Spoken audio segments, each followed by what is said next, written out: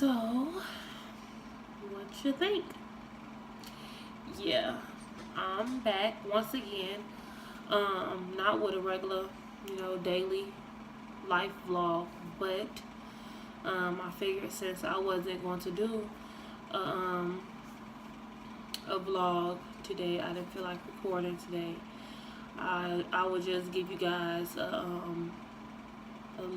tell you guys a little bit about me and who I really am. Some people might already know, very few, mainly family and close friends, but not everybody know.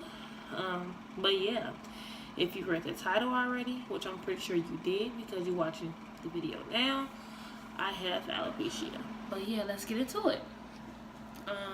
This video is about, me having alopecia, me living with it, the struggle of it, and how I made it to where I'm at today with how I carry myself, my attitude, my self-confidence, and me just encouraging other people to, keep living and, helping people gain that confidence back and that love that they always had for themselves. But yeah, alopecia is nothing but hair loss disease. No, I'm not gonna die from it. It's just something that your immune system is supposed to be something to help fight off, different illnesses and different things your body, go through. But in my case, my immune system fights against me, and if it fights against my hair follicles, and it causes my hair follicles to be weakened and so weak to the point to where my hair decides to fall out. It didn't have the strength to stay. But yeah, that's all it is. It's nothing to where I have to take medicine on a daily or report to a doctor, every so often, or take shots every day. It's not that serious. But yeah, like I was saying, I hope I'm making these videos because I know alopecia has become a big, thing, today's time, and I know a lot of people struggle with alopecia, and there's so many people that have it that you will, never know. Some people lock themselves in, and some people just, walks around like after having it for 5 to 10 years, still walking around, not being themselves because they're afraid of how people may look at them, or how people may treat them, or just the judgment, or just feeling a certain way about themselves. But yeah, I'm just pretty much here being a living example of what you can be, or to show that you can get back to how you was with having alopecia.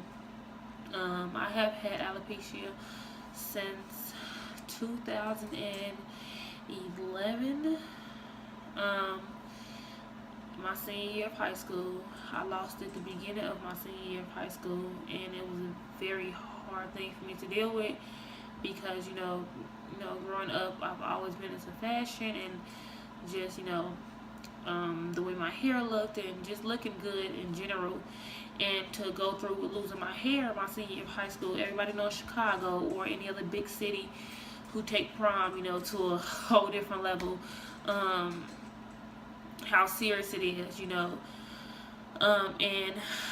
I always had my style, already picked out, for prom my freshman year. And so for me to lose my hair my senior year was like very devastating, to have had hair all my life, and all of a sudden it just been taken away from me, just like that. But even with it being a struggle, it's possible to come up out of it. It all started one day, me being at school.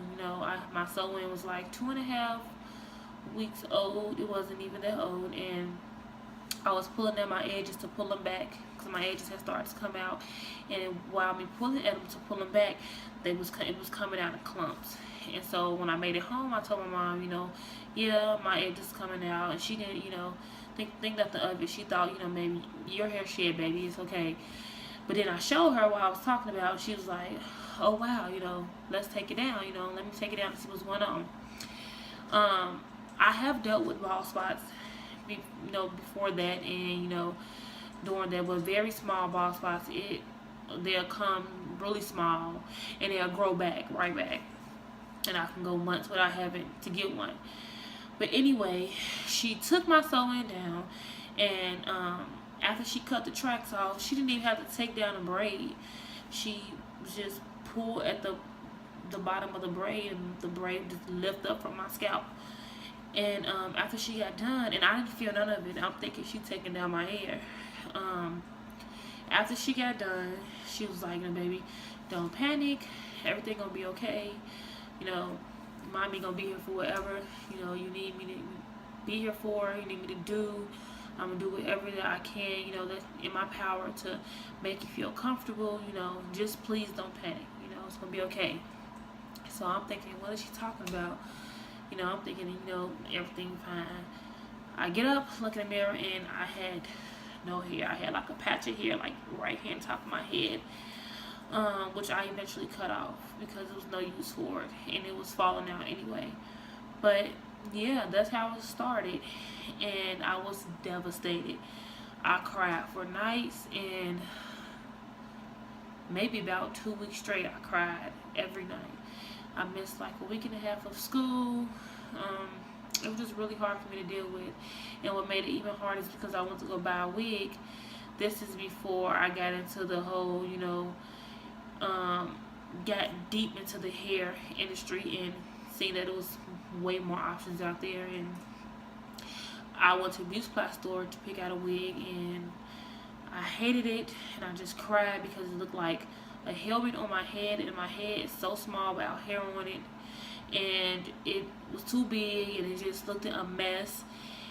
And I refused to go to school like that, so I eventually found one that was okay, and I was kind of comfortable with it, which was my first wig. But every other wig after that, I made to made it to my liking, and a lot of people even thought they were sew-ins, everybody thought it was sew-ins. They were so used to me getting my hair done and getting sew-ins all the time, it didn't look no different, with how I was making them for myself.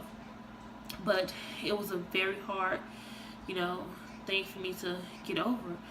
It was plenty of nights where I will come home from just a regular day, and having a wig on, you feel good, you kind of feel some sense of I'm beautiful, I look good, it just kind of help build your confidence while the wig is on. But every single day I came home and took my wig off and looked in the mirror, it slapped me in my face. Reality just hit me in my face, and man, I would go to bed back in the same mood I was in before I got up and put that wig on that morning.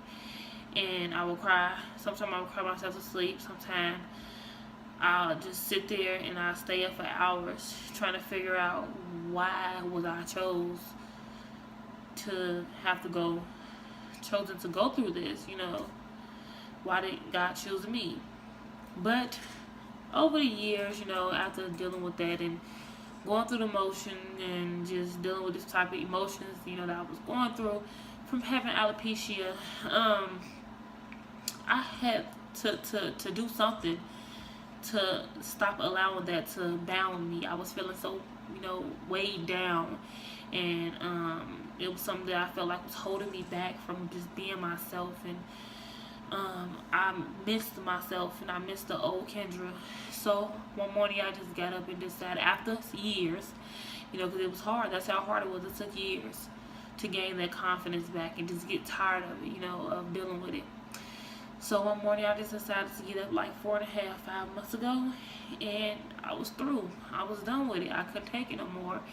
I couldn't walk around with putting on a face every single day, like everything was okay, and getting home and constantly being reminded when I take off my wig what I have to deal with, and just feeling like I'm less than everybody else, less than every other woman, and you know, just not beautiful. But don't get me wrong, I have had great support. My parents, pretty much my whole family, my wonderful husband, I have had great support. With me having alopecia, my husband have not left my side. Now one bit. He have known I had alopecia since before he even proposed to me, since before we even thought about even getting married. He have known I had it, and he never once left me. He never once thought any different of me. He never once looked down on me or thought I was less beautiful than any other woman with hair. So it had nothing to do with that. It was just how I felt about myself. And that's why I'm here, you know, making this video, because it's a lot of women who have the support, and it's some that who don't. The support helps, and I can only imagine how the women feel who don't have the support. But I'm here, you know, to tell you that it's okay. And even though it may be hard and it's a struggle, and it attacks your self-esteem, it attacks your love you have for yourself, it attacks how you feel about yourself, it bothers you, and you deal with it every single day. There's nothing you can do about it. But I'm here to tell you that you can get over it, and you are beautiful. And even the man that's going through it, you do look good. You do amount up to any other man that's out there with hair. You know, different. You know, you're not little. You're not smaller than anybody else that's walking down the street with hair. A lot of people just need that extra push, need that extra, you know, them extra encouraging words, or you want just to get up and feel some type of way about yourself. Everybody's not like, you know, me, for instance. You know, I fed that in my spirit every single day, constantly. Even though I did feel like you know, what I was speaking to myself, I faked it until I made it. And sometimes it don't work for other people, and sometimes it do, and it worked for me. I fed that, and I spoke positive things into myself until I had made a believer out of myself. I had started to believe myself, and eventually I got up day after day, and I started to feel better every single day. I told myself that I was beautiful. I told myself that I was no different. I told myself that I loved me, and I loved me for the way that I was, and you know, that I was just no different from anybody else. And after so long, and trust me, it's been a journey, it's been a long time, but after so long of me speaking that to myself, here I am. I wouldn't be making this video if I felt some type of way about myself. I wouldn't be here if I didn't love myself, if I didn't think I was beautiful.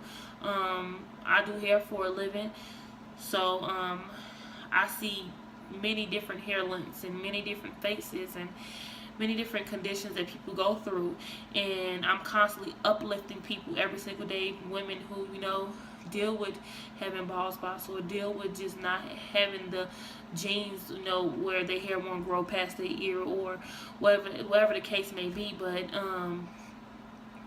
you're not any different.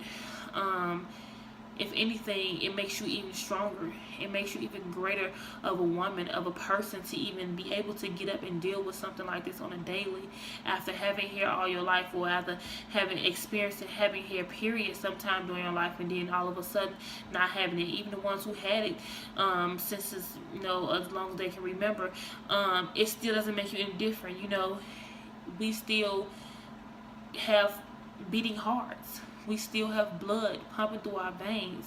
We have life. It's not cancer. The morning I got up, when I decided to just let it all hang out, I was going outside with my bald head, because I was just tired of letting it stop me and having me feeling like something was holding me down, like it was so much lifted off of my shoulders. I just got up that morning, and I was like, you know what? It's over with. It's done. I can't deal with it no more. it's really hard. It's way harder than people may think it is. But I sat there that morning and I looked around, and I was on Facebook, and I seen somebody post a picture of their family member who was battling cancer, and I was like, man, why am I complaining about something so small?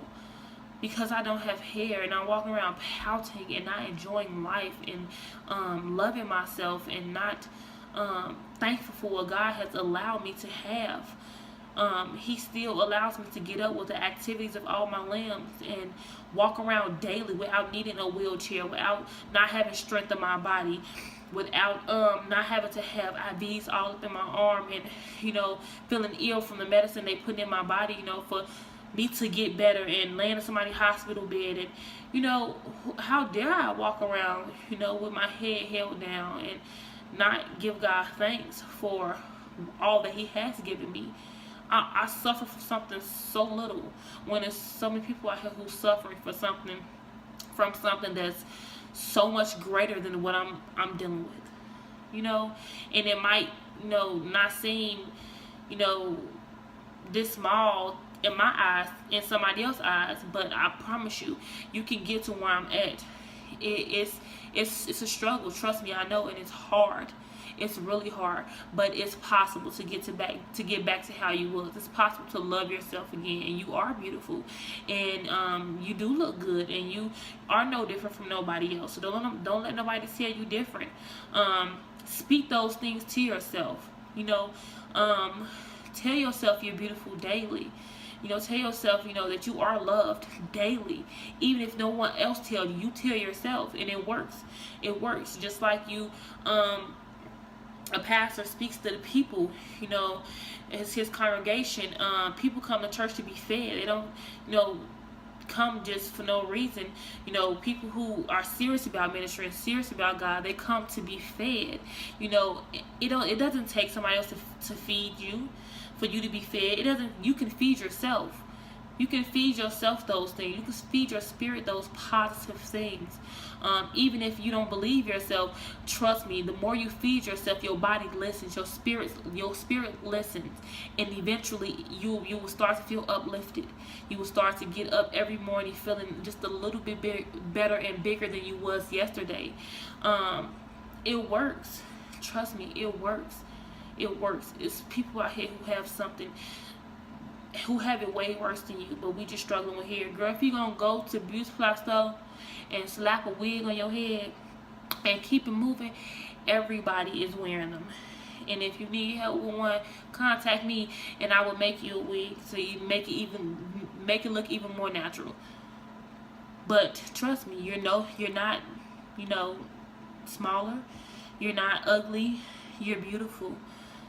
If not, you're stronger than the average to be able to walk around as a woman and not have hair. But yeah, I'm not gonna preach, I'm not gonna minister to nobody, but yeah, that's what I was telling myself every single day. And I sat down with myself that morning, like 4.5-5 months ago, and I preached to myself. Like, I spoke it to myself, and I asked God for forgiveness for walking around for so many years